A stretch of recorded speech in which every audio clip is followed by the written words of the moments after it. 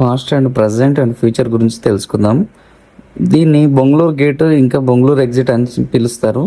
ఇక్కడ నుంచి మనం చూసుకుంటే మనకి ప్రధానంగా ఇక్కడ నివసించేది బొంగళూరు విలేజ్ వాళ్ళు ఎవరైతే ఉన్నారో అక్కడ ఉండేది అనమాట.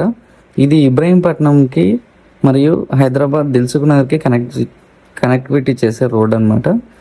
బొంగళూరు ఒక చిన్న గ్రామీణ ప్రాంతంగా ఉండేది. ప్రధానంగా వ్యవసాయం మరియు స్థానిక నివాస ప్రాంతాలుగా ఉండేవి. రియల్ ఎస్టేట్ డిమాండ్ ఇదివరకు చాలా తక్కువ ఉండేది. ఓఆర్ఆర్ రాకముందు నగరానికి కనెక్టివిటీ పరిమితంగా ఉండేది. ప్రజెంట్ ఓఆర్ఆర్ హైదరాబాద్లో అద్భుతమైన కనెక్టివిటీ ఏర్పడింది. ఆదిపట్ల ఏరోస్పేస్, సెజ్, ఇంకా ఐటీ అంటే టాటా కంపెనీస్ అవి రావడం, మ్యానుఫ్యాక్చరింగ్ యూనిట్ హబ్గా డెవలప్ అవ్వడం బాగా జరిగిందనమాట ఇక్కడ. ఇంకా మనకి ఏదైతే ఆదిపట్ల ఉందో ఆదిపట్లో టాటా కన్సల్టెన్సీ సర్వీసెస్ అంటే టీసీఎస్ చాలా పెద్ద కంపెనీ అక్కడ రావడం వల్ల ఈ ఏరియాలో గ్రోత్ అనేది చాలా బాగా పెరిగింది. రియల్ ఎస్టేట్లో కూడా ఓపెన్ ప్లాట్స్, విల్లాస్ చాలా డిమాండ్గా పెరిగింది ప్రజెంట్ డేస్లో.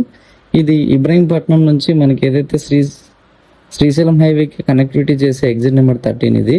ఇక్కడ నుంచి మీకు సాగర్ హైవేకి కూడా డైరెక్ట్ కనెక్టివిటీకి కనెక్ట్లో ఉంటుంది.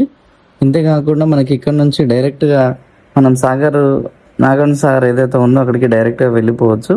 అది కాకుండా మనకు సిటీకి వెళ్ళాలనుకుంటే బిఎన్ రెడ్డి, తుర్కెంజాలు, ఎంజాలు ఇవన్నీ కూడా కనెక్టివిటీ చేసి చాలా బాగా డెవలప్ అయింది ఈ ఏరియాలో.